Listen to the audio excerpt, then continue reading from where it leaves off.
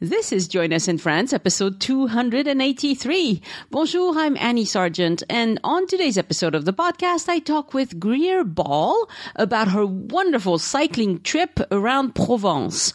Greer is from New Zealand. I think she might be my first Kiwi guest on the podcast, and she was a lot of fun. I don't know about you, but I am ready to daydream about a nice visit to Provence, and I am confident we'll be able to do that again soon. Soon to me would be next year, sometime this time next year. And why not? I mean, it seems doctors and researchers are making great progress in learning how to handle this pandemic. So there's hope. Greer's trip in Provence was everything you might want. Lots of exercise, great meals, a fun group and tour leaders. She loved it and gives lots of tips for a wonderful cycling trip to France, whether you join a group or not. For my personal update after the interview, I'll tell you about the announcements made by the French Prime Minister and how our things are going to change in France after May 11th. 2020. Show notes for this episode are on joinusinfrance.com/283, the number 283. From there, you'll be able to get to the guest notes, and you'll also see all the details that she gives to supplement our conversation.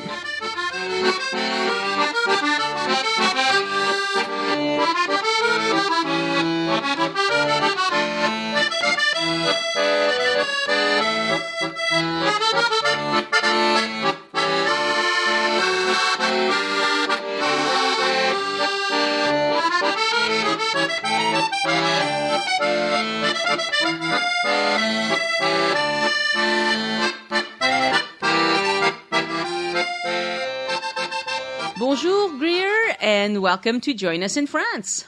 Bonjour, Annie. It's lovely to be here. Lovely to talk to you all the way from New Zealand. Yes. And we are going to talk about your cycling trip around Provence. You had quite the adventures, and I want to hear all about it. So why don't you set the stage a little bit and tell us what you did? Okay, so we started out in Avignon, where we hired our bikes, and went around for 10 days, all around the kind of bottom of Provence, through Remoulins. Remoulins, Uzès, yes. Oh, yep. Uzès, Tarascon, Arles, down to the Mediterranean, and finished off in Montpellier. Wow, very nice. And you did this with a group? We did, yes. So it's actually my mother and her friend have a little cycling tour group. They run from New Zealand, so they come over to France for the summer and take small groups all over France. We were doing the Provence tour, but they also go to Champagne, the Loire Valley, Bordeaux. Mm-hmm. So very lucky to be doing Provence. I think it's one of the best ones. Very good. And how many of you was there in this group?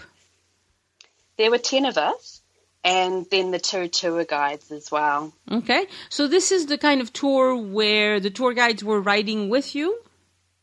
That's right. Yeah, so they were escorting us between the towns, taking us on the walking tours. They would have dinner with us. They were just part of the group, really. Right. And did you have to carry much weight?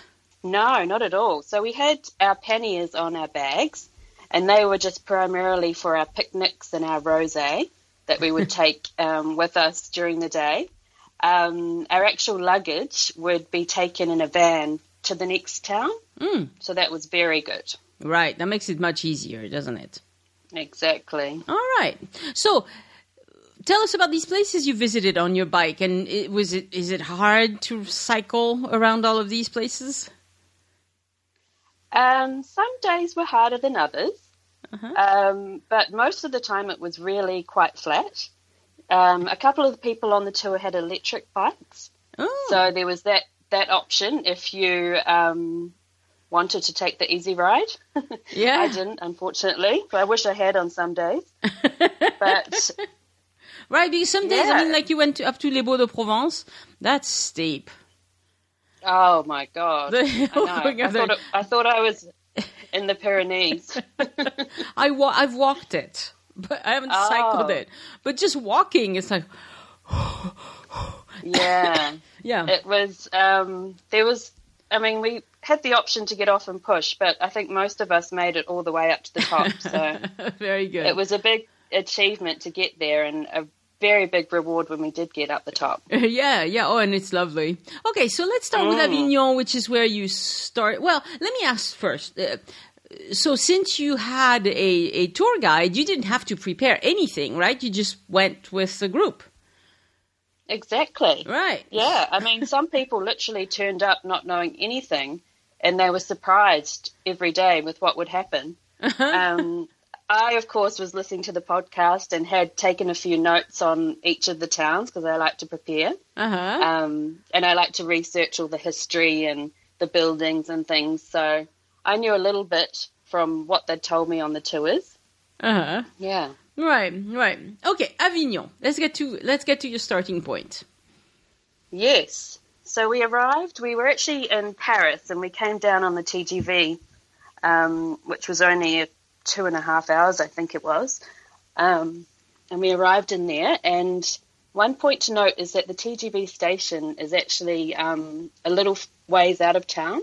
You've got to take either a train into Avignon, or you can hire a car there at the station. Mm-hmm. Yes, this happens in some French cities.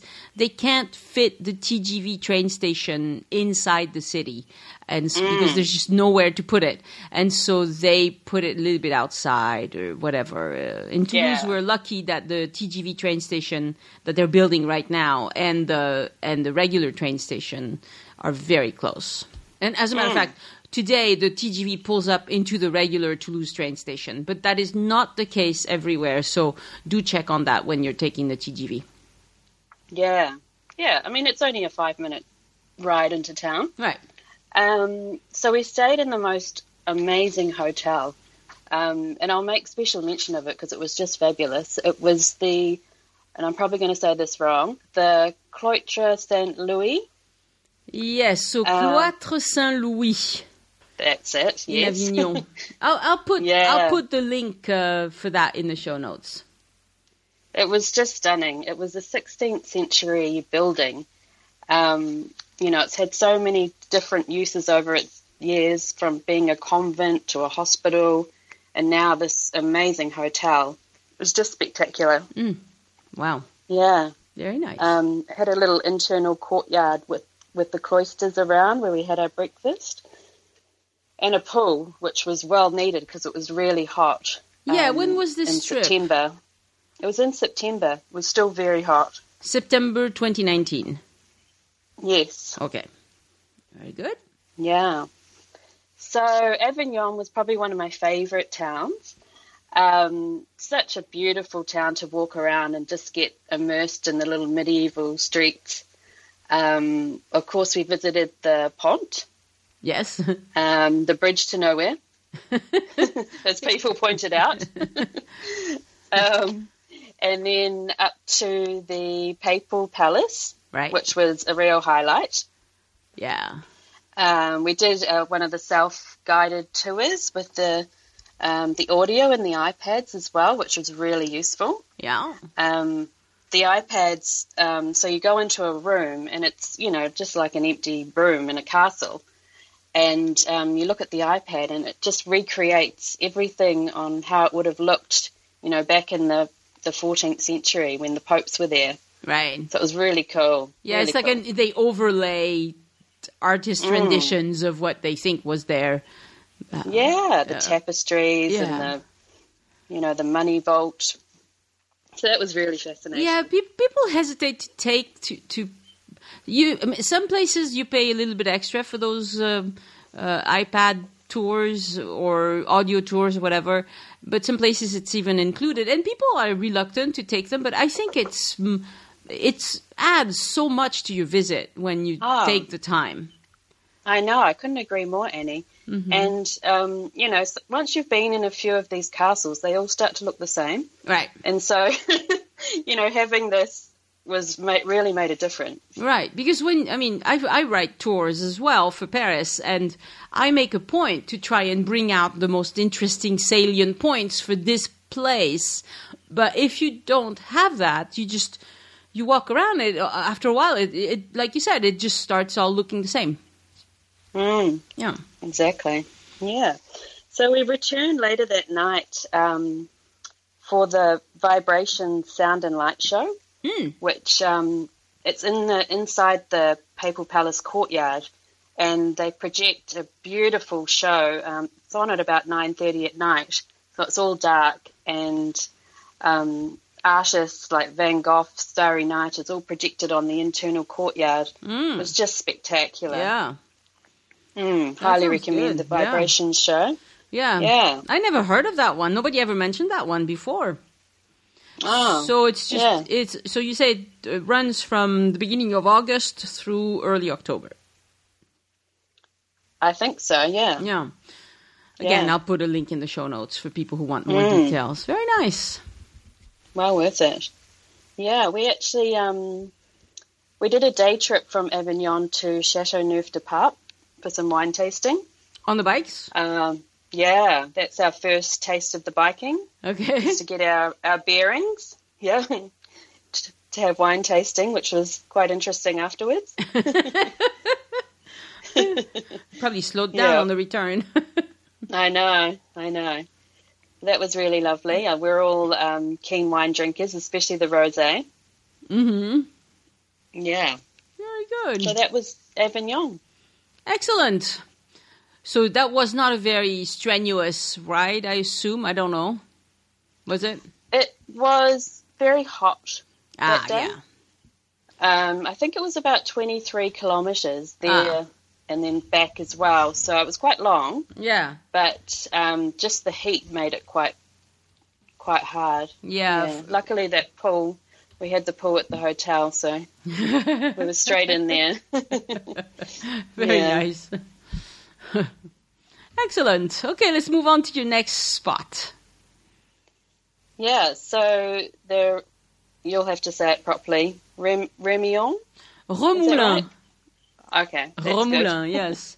So you rode between Avignon and Remoulins, right? That's right, yes. Yeah. And, of course, for the Pont du Gard. Right. Was the main attraction there. Yes. And with the tour, there's always some surprises that they throw in without telling anyone.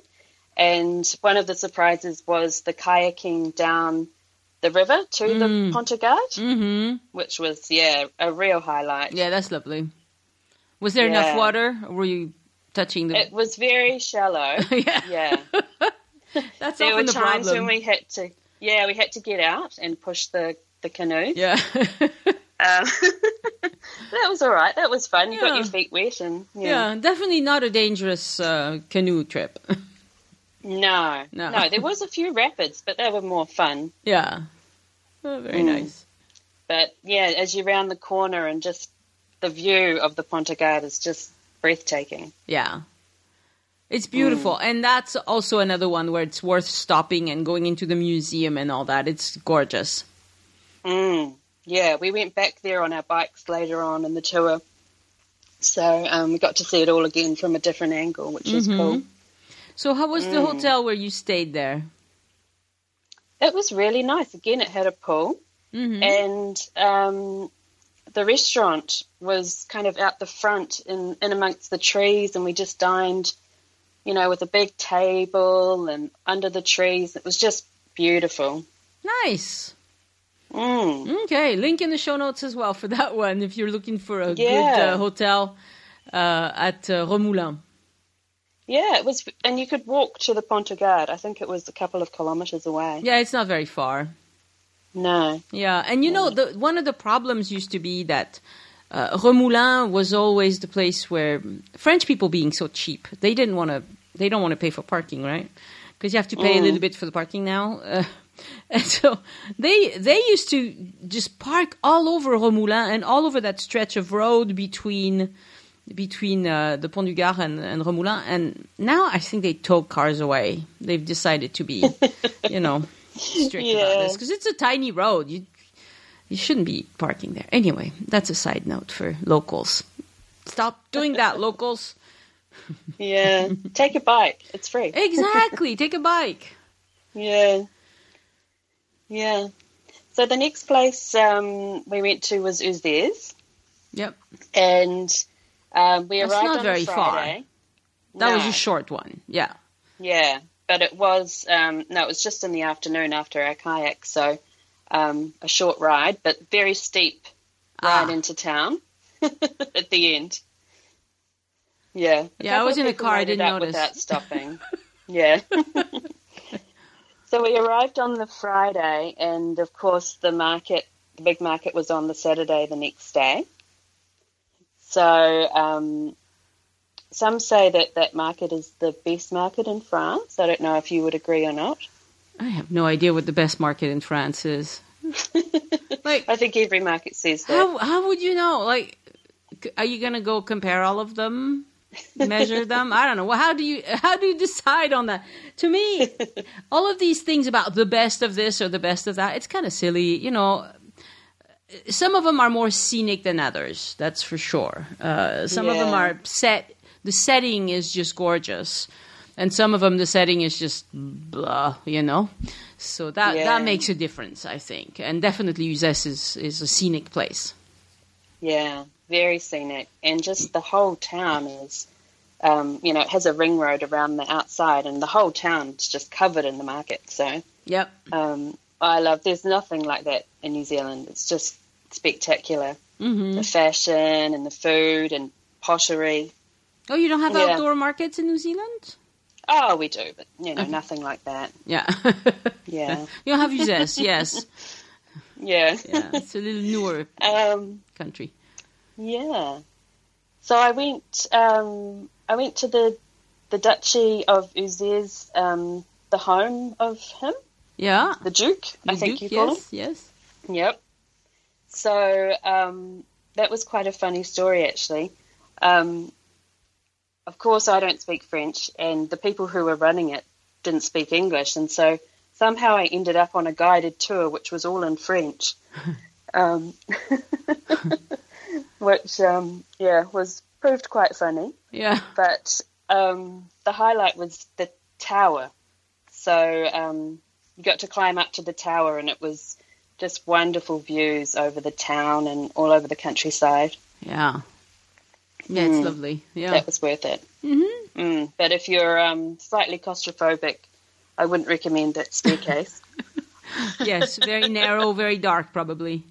Very narrow. And I'd finished up the top, and more people kept coming up, and I was trying to get down and had to keep coming up and down until we finally cleared everyone out and we could go down again. So it was quite hilarious trying to get down.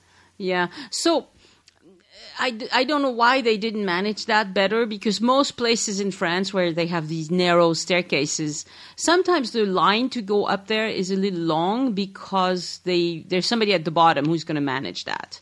And who's going to only let so many people up at once and only let so many people down at once. And maybe they don't do that. It's kind of free for all there, which makes it kind of hard. Yeah. Yeah. Yeah. Another really good thing we did in Uzès was a lovely walk down to the source of the aqueduct, which the Pont du Gard forms. Yeah. So the natural spring. Yeah. So you can actually walk down this beautiful, huge trees and lovely river. And no one was there. I was surprised. It was such a scenic place to be, but we were just the only ones there. Huh. And you can see the bubbling spring of water still thriving today. So did you walk to that, or did you ride to that? Yeah. No, we just walked down a hill. It's close enough to walk to it. Okay. Yeah.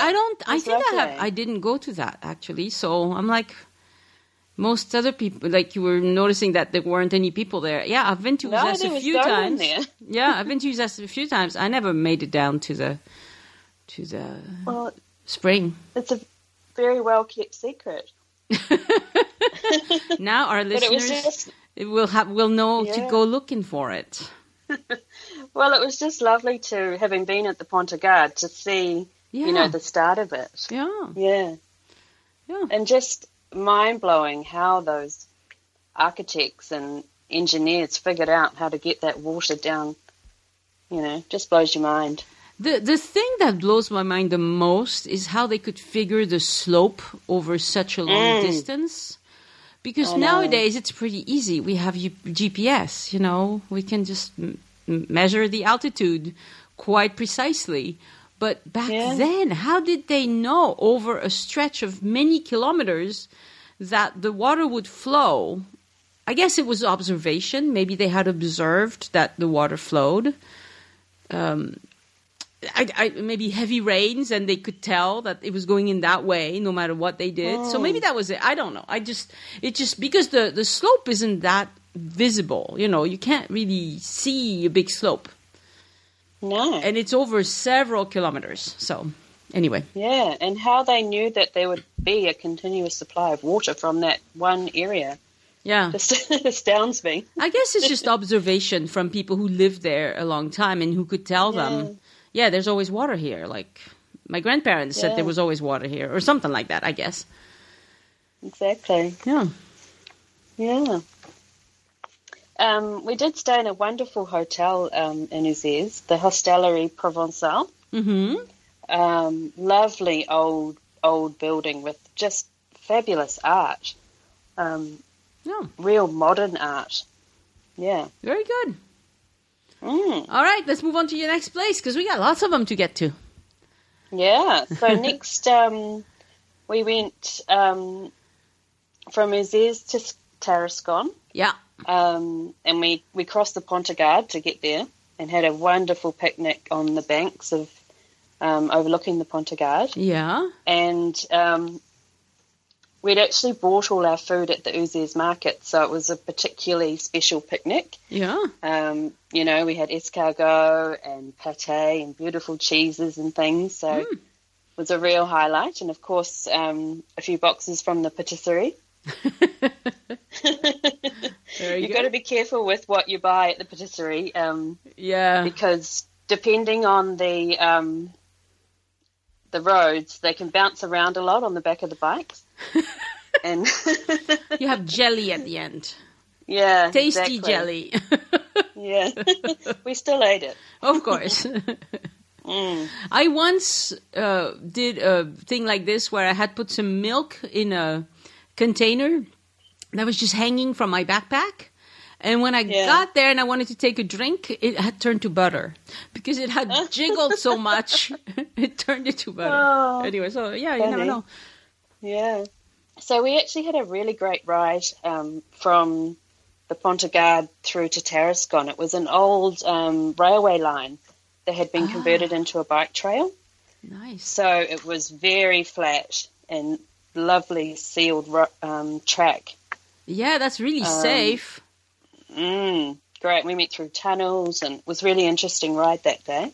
So do they call that une voie verte or something? Do you remember what they called it? I don't know what they called it. Okay, I'll try and find the name of it. Cool. Yeah.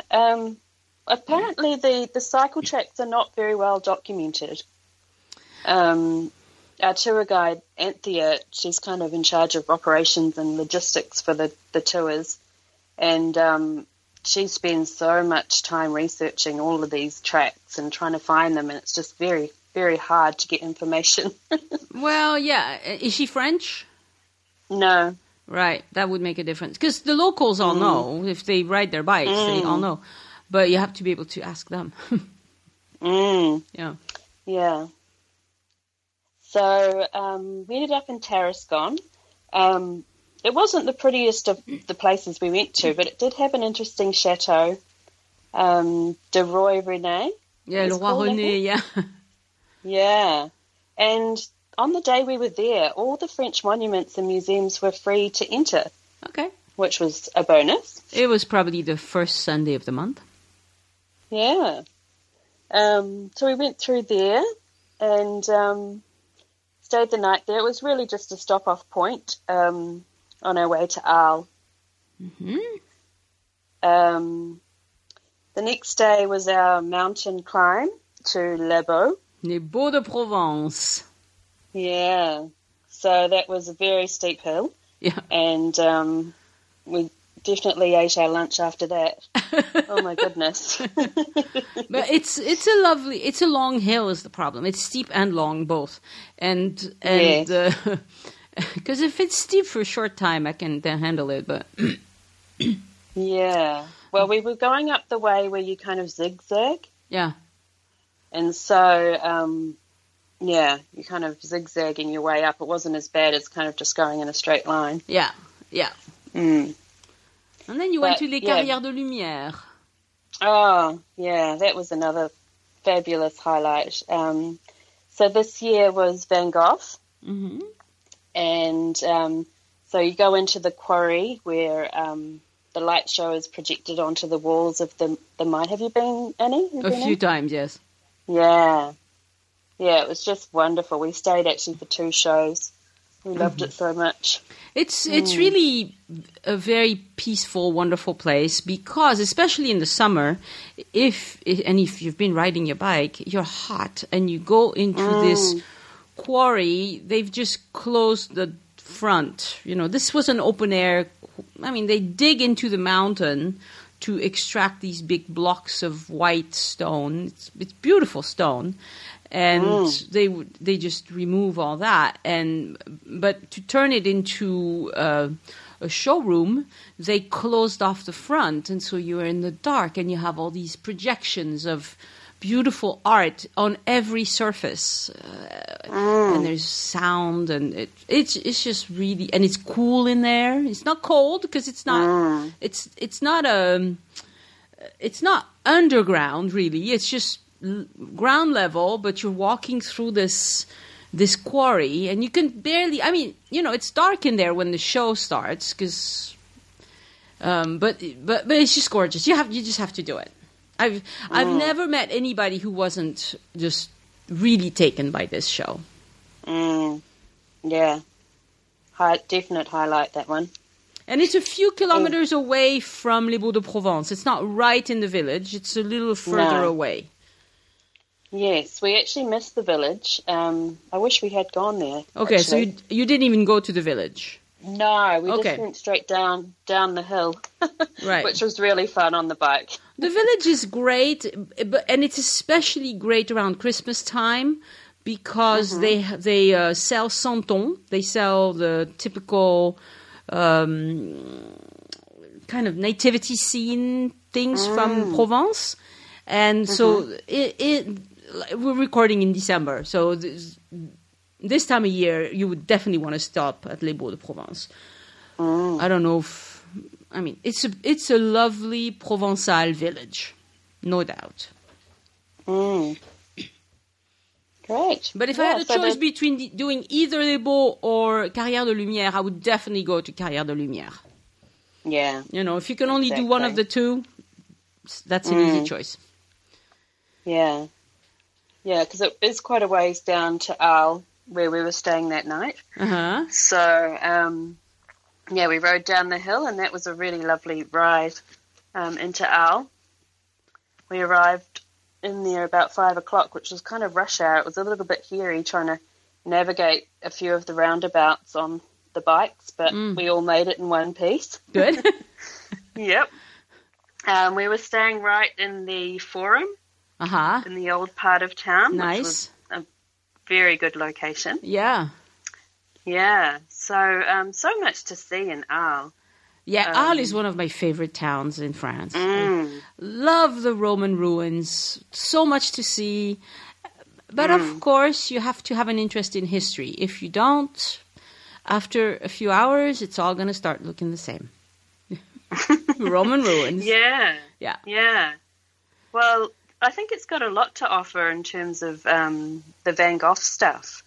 True. You know, with all, you can go to the places where he painted, and there's a little replica of the painting. Yeah. Which I found really interesting. Yeah. Like the cafe at night. There was one of the Roman cemetery where all the artists were kind of sitting up and recreating.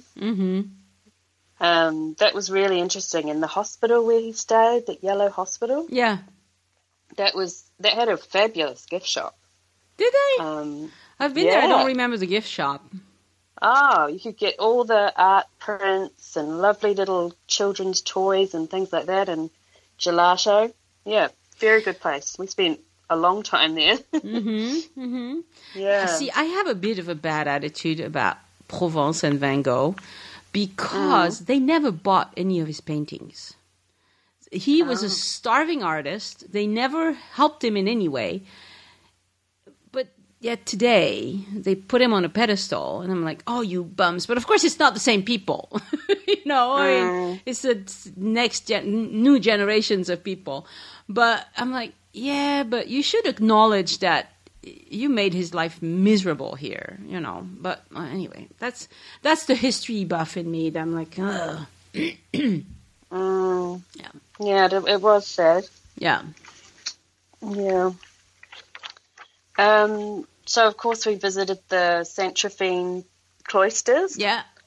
And then all the Roman amphitheatre and the forum and the arena and things as well. Yeah. So lots to do and see there. Yes, it's just lovely. And it's a small little town, so you can, well, it's a city, but you can walk it you can walk everywhere. It's really nice. Yeah. And they have the recreation of the fights in the Roman arena. I don't remember when that happens. I'll have to look it up and put it in the show notes. But once a year they put on this show and everybody's in costume and it's just great. Oh, wow. That sounds fabulous. Yeah. Yeah. It's funny because you don't really think of France as being Roman. It's Italy kind of gets all the credit, but so much history in France as well. Oh, yeah. Provence has a lot of Roman stuff, yes. Yeah, and in really good condition. Yes. Like especially a lot of it Arles. untouched. Yeah. Yeah. Yeah, so that was fascinating. Well, if you think about it, it's very close to Italy, so it was a natural, the natural path to expansion for the Romans. Yeah, exactly. So on to the Camargue. So, of course, Arles is the gateway down to the Camargue, which was very different to where we've been in the kind of Provençal village lanes, and all of a sudden we're in this kind of swampy marshland. Yeah, very flat. Very kind of in the middle of nowhere, like nothing. Yeah. So lots of the white horses, and we saw herds of bulls. Real contrast. Yeah. And we arrived down on the Mediterranean at the seaside village of La Saintes-Maries-de-la-Mer. Yep, Saintes-Maries-de-la-Mer. Beautiful place. Yeah. Yeah, really nice. Little white buildings. And, of course, they have their bullfighting arena, which some of the group chose to go to. Mm-hmm. It's not really my cup of tea, so I went and had a swim in the Mediterranean. I don't know. Is that one a real bullfight where the bull dies? No. Okay. No, they don't die. Yeah. Yeah. We don't have very many of those left in France. Yeah, but I did enjoy it. Yeah. Yeah. Yeah. We chose to have a swim and then sip cocktails on the beachfront. The beach is very nice at Saintes-Maries-de-la-Mer, isn't it? It's a nice long beach. I enjoyed that. Yeah. And we got a bit of a bonus because after the bullfight had ended, all of the bulls get run down the main street by the horses, and they just came rushing past us in a stampede, which was quite exciting. Yeah. So we did get to see them. Yeah, lovely. That's great. Yeah, so there was an interesting church there. Yes. With a statue of, I can't remember. Who was it? It's Virgin Mary. I can't remember what she looks like. I've seen some Sarah? I think it's Sarah. Sarah? Maybe. You might be right. I haven't been in a long time. A wooden statue that they take into the ocean, I think, every year. Right. As part of a ceremony, yeah. I'm looking it up. So that was nice. Saint Sarah. Yes, you're right. It's Saint Sarah. It's not the Virgin Mary. So I remember what it looked like, but I didn't remember her name. I was just assuming. So she's the patron saint of the Romani people. Yeah, lovely. And I think there's an important ceremony every year where they take her down into the water. Yes, I know that there's a big festival. Yeah. There's a big festival with big gatherings of Romani people who come from all over the Europe, really. Nice big pilgrimage. Yeah. All right. We had a lovely seafood dinner on the beachfront there. Beautiful oysters and fish and things. So that was nice. Mm-hmm. The next day was our biggest ride. So we had 63 kilometres into Montpellier. That's a long ride. That was a very long ride. Yeah. It's mostly flat, I think. But it is. Still, it's not really the physical activities, it's the time in the saddle that gets you. But by then you had been riding a long time, so maybe your behind was used to it? Yeah, you do have a bit of conditioning in there. Yeah. So, again, lots of interesting things to stop and look at. Aiguemont we stopped in. Yeah. And had a coffee and a little look around the shops.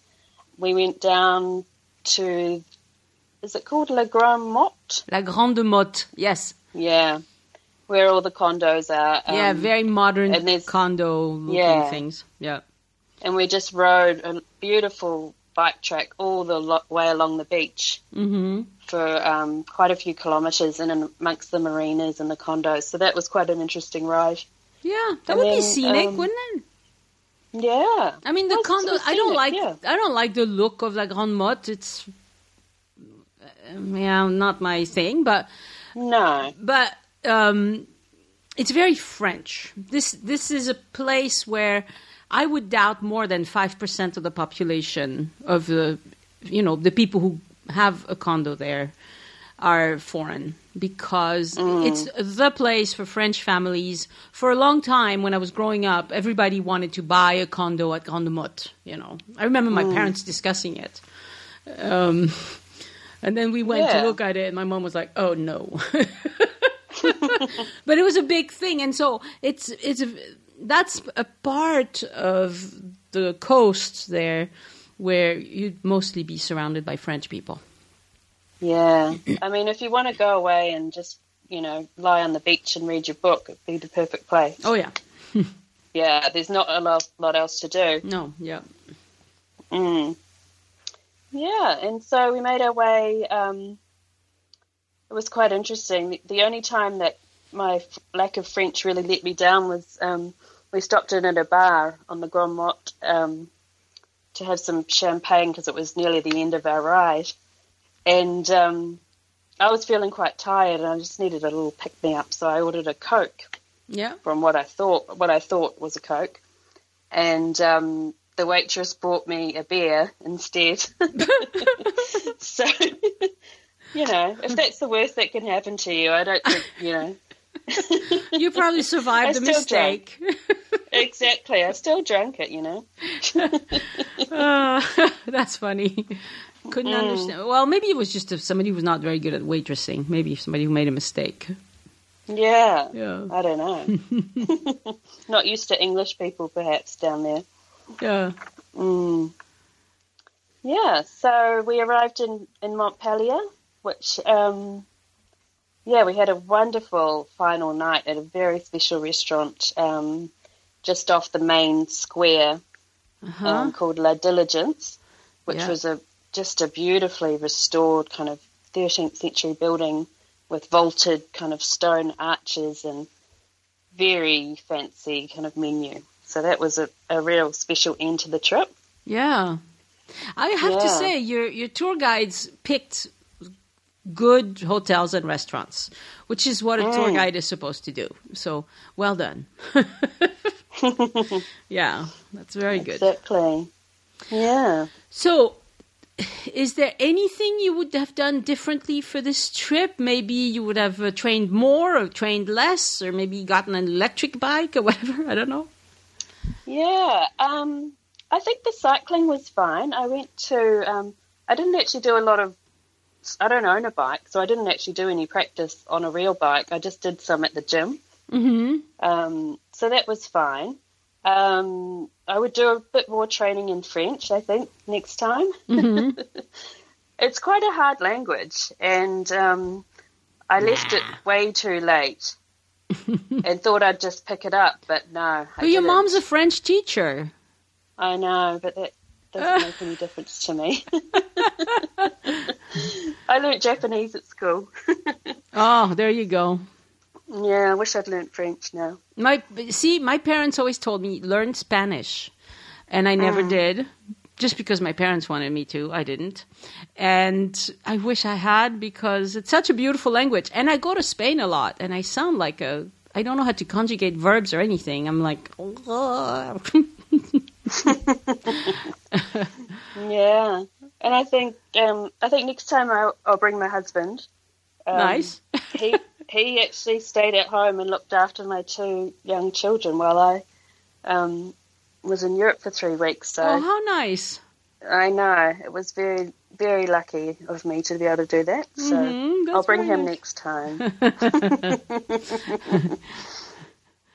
Very good. So do you have any last word of wisdom for us? Yeah. So I think French people have a reputation of being a little rude, and I've heard on the podcast before, you've had a whole podcast about it, I think. Yeah, I have. But we never actually found that at all. The French people we came across were just so friendly. They loved to laugh at jokes. They loved to tease us, and we'd ride through towns and kids would be shouting bonjour, bonjour. They'd cheer us on as we rode through towns, and sometimes it felt like we were on the Tour de France, and they were cheering so loudly. They were probably taking the mickey out of us, but well, maybe not. Just I don't know. It's fun to see a big group of people riding by, and they look different. I don't know. Yeah. If you live in a French village, as I do, you know everybody who typically rides or runs or walks. And if you see a new group, it's exciting. New people. Yeah. Yeah. So, yeah, very, very impressed with the French people and how friendly and just how well we were looked after. Mm-hmm. That's great. Yeah, especially in restaurants and the hotels and shops and things, just everyone, even in Paris. Like, I thought Paris would be different, but no, they were very friendly. Yeah. So let's mention your mom's tour business. It's called Obscure Tours. That's right. Yeah, right. Obscure by name and obscure by nature, they like to say. Some of the stories. So every morning at breakfast, my mum Wendy, she would be kind of the tour leader. She would tell us stories and give us a little rundown of what we would be doing that day. And some of the stories we aren't even sure were true, but it made it more interesting. Yeah. Some of those are the best ones. Yeah. Yes. I use those in my tours too. I just say, story has it that, blah, blah, blah, and then exactly. I don't have to be, I'm like, what's the story has it? I don't know. Yeah. There were stories of dragons and, yes. Okay, some of them it's obvious the Three Marys, and some of them it's really obvious that it's just a story, but some of them you're like, oh, this might have happened, we don't know. So. Yeah, and I think it makes it more memorable when you have a crazy story to relate it back to. Yeah, because you're like, oh yeah, that's the story of the dragon. Excellent. Well, Greer, thank you so much. It has been wonderful to talk to you about your cycling tour in Provence. I will add your notes to the website, so you'll have the itinerary. You'll have all the names of the hotels you stayed, the restaurants where you ate. So, I'll try and make it easy for people who want to retrace your step. And if they just want to do it with your mom, of course, check out Obscure Tours. Mm-hmm. Wonderful. It's been lovely to talk to you, Annie. Thank you very much. Okay. Bye-bye. Au revoir. Thank you, Danny Daly, Anne Flynn, and Barbara Colvin for pledging to support the show on Patreon this week. Anne Flynn joined at the $5 level, then looked at the rewards, and the same week increased her pledge, which is amazing and boosts my determination to keep going and improve the podcast and the Patreon rewards any way I can.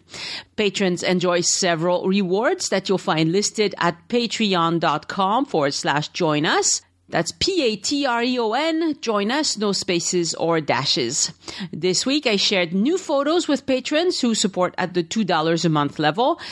So the exclusive content can be either photos at the lowest level of support, but it quickly goes up at the $5 level with stories about France, help with your French comprehension, and membership into a secret Facebook group.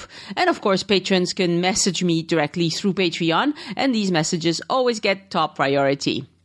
And I've got some fun things cooking up for May for my patrons. So again, visit patreon.com/join us to see the different reward tiers. And thank you so much for giving back. And another thing you can do on Patreon or without Patreon is get your itinerary reviewed for France. It'll cost you $50, but you get a full review.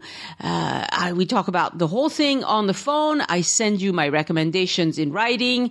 You can email Annie@joinusinfrance.com to set that up or sign up on Patreon. And if you do it via email, make sure you write itinerary review in the subject line, because I do get a lot of emails, and sometimes some fall through the cracks.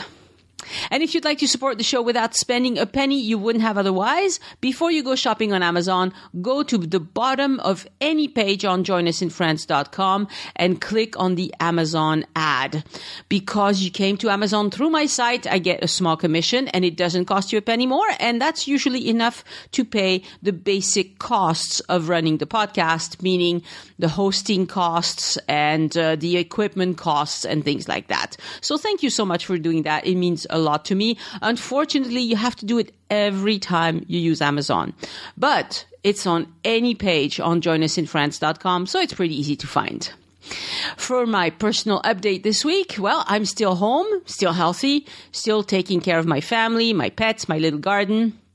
I feel privileged to be stuck in such pleasant circumstances. And there's been some disruptions as far as the money is concerned, but not so great that, that we're in any danger at this time. It could be a lot worse, and I realize it's a lot worse for many people.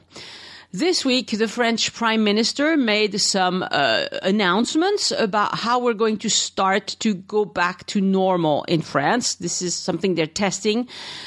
They're not sure how it's going to go. They want to see. So his name is Edouard Philippe, and he addressed the National Assembly in Paris a couple days ago. Here's a summary of his plan. Number one, assuming the numbers progress positively, businesses can reopen on May 11th as long as they follow social distancing requirements. This includes hairdressers, dog groomers, and I need those pretty badly. Number two, beaches, cafes, restaurants, cinemas, theaters, and museums will remain closed, as will large shopping centers. Small museums will be permitted to reopen, which is nice. This is a good time for me to go see all these tiny museums that I never have time to see.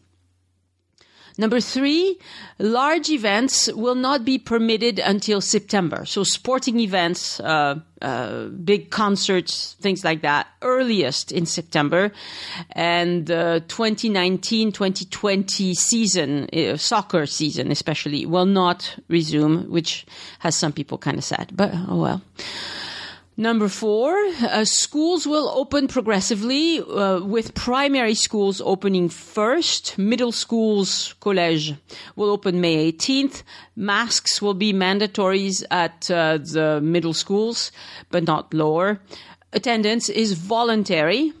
Crèche, which is daycare centers for babies, will be limited to 10 kids. Primary schools are limited to 15 students.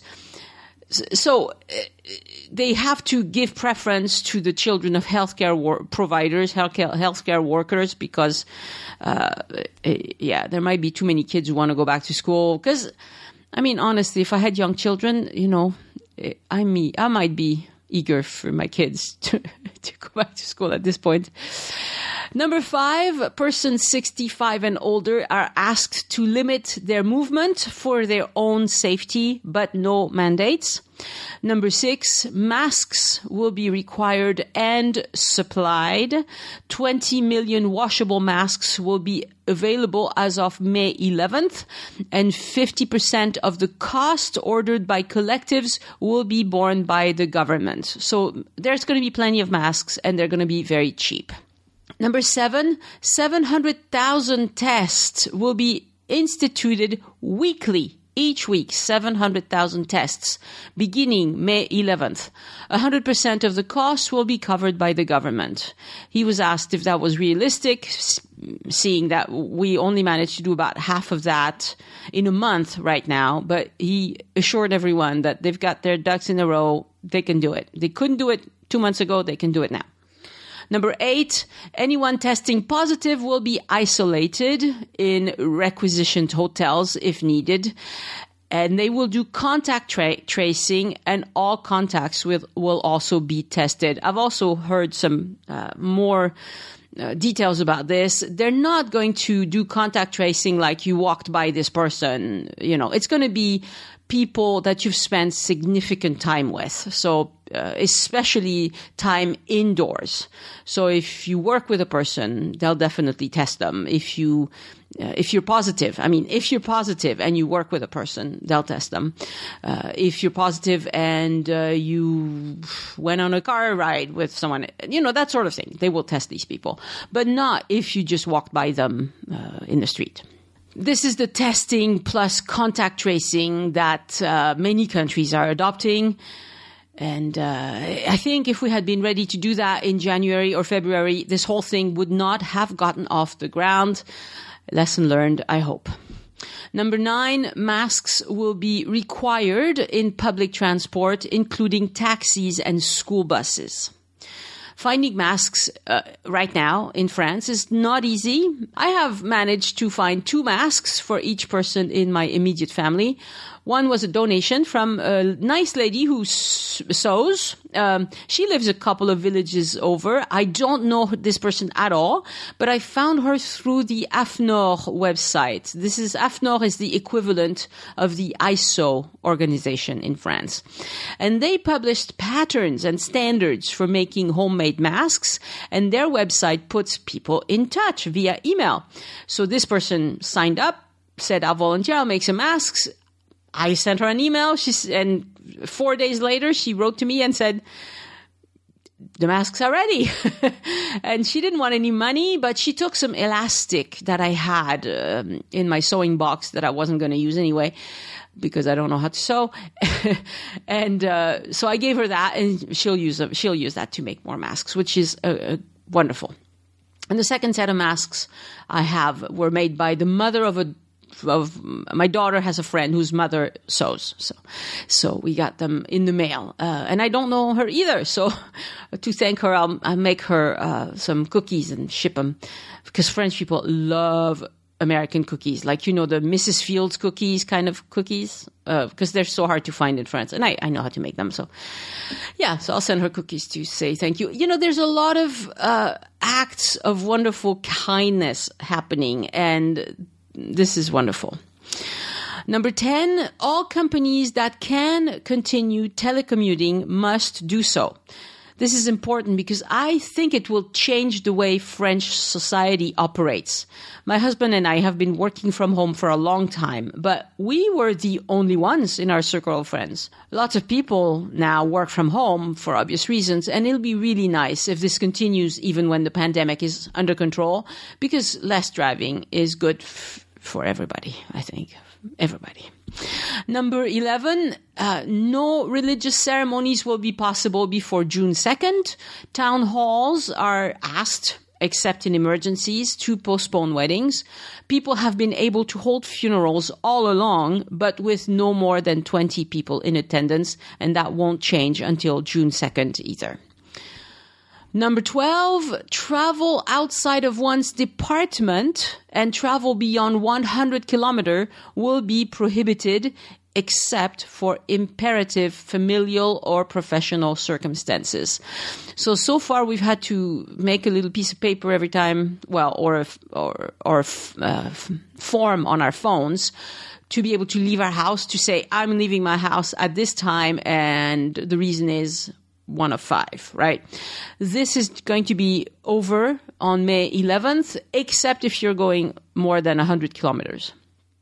And I am going to be very happy about that, because half of the time I remember when I'm already walking the dogs. So I do it. I start anyway. With a little luck, my walking path will reopen again, but I'm not certain it will reopen right away because it's managed by a consortium of several villages paid for this. And so, I'm not sure how fast they're going to get together to decide. But for my husband, it's great because it means he's going to be able to go cycling. He can go 100 kilometers. So he never goes more than that return. So he's going to be able to go cycling, and that's really great. Number 13, one of the directors at the Ministry of Health has been holding press conferences every day for several weeks. His name is Dr. Salomon, and he's Mr. Numbers. He just goes up there and tells you the numbers. Starting yesterday, he started to add a color code to the presentation. Each department in France will get either a green or a red color. They will update that once a week. This color is supposed to indicate how much virus is circulating in a particular area, but also how busy the medical services are. So if you live in an area that doesn't have much virus circulation because people have finally gotten the clue that they need to stay home, but your hospitals are overwhelmed, you'll be red. If you're in an area where there's still capacity at the hospital and there's not too much virus going around, you'll be green. Right now, where I live is green. If you can picture a map of France in your head and you draw a line between Le Havre in the north and Montpellier in the south, everything west of that, almost everything west of that, is green or orange. Everything to the east of that, a lot of it is red. So... but that means that if you're green, it means that you're going back to normal after May 11th will be made possible. So they're going to loosen the rules for those areas. If you're red, they're not going to loosen anything.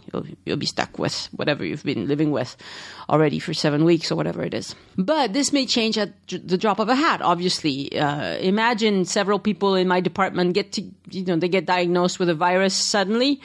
It wouldn't take many, if because we don't have that much hospital capacity. If 100 people get diagnosed in a week, boom, we're switched to red. So, but I think this color coding is good because it informs the population as to when it's not really worth being paranoid, because I think a lot of us are getting paranoid. I'm raising my hand here, but it's not a perfect tool because many people don't show symptoms right away, so you still have to keep your distance, you still have to wear a mask, wash your hands, don't touch your face, all of that. So, but if your area keeps being green, I think it'll reassure people like me, I really need a haircut. If we stay green, I'll go get it. I'll go do it. And besides, I know my hairdresser is perfectly healthy because I see her running around, jogging. I mean, she's a runner. So I know she hasn't been sick. And she waves at a distance, Number 14, there will be a debate regarding the tracing app called Stop COVID. And many European countries say they will adopt this app. But they want to have a formal debate, and followed by a vote. Because right now they're not sure how it works or how it's effective. So they'll look at it, but it doesn't seem like a very important part of the plan. Number 15, and this is really most important for all of you listening because most of you don't live in France. As you can see, there is no talk of reopening France to foreign visitors for vacations, okay? There might be foreign visitors who come to France for other reasons. If you're going to run in the Tour de France, which is probably going to be held late August into September without audience, without anybody along the roads, they will, of course, let the racers in and their teams. But if you just want to come to France for a visit, I don't think you'll be able to do that for many months to come. But I will keep an ear to the ground about that because I want you to be able to come back to France and enjoy it as soon as it's safe. If you enjoyed this episode, I'd appreciate if you'd share it with someone. Join Us in France is in Apple Podcasts, Google Podcasts, Spotify, Pandora, and all your favorite podcast apps. And remember, lots of people do not know how to listen to a podcast, so show them how it's done.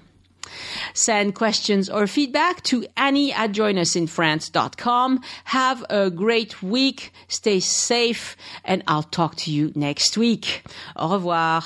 The Join Us in France Travel Podcast is written and produced by Annie Sargent and copyright 2020 by Addicted to France. It is released under a Creative Commons Attribution, Non-Commercial, No Derivatives license.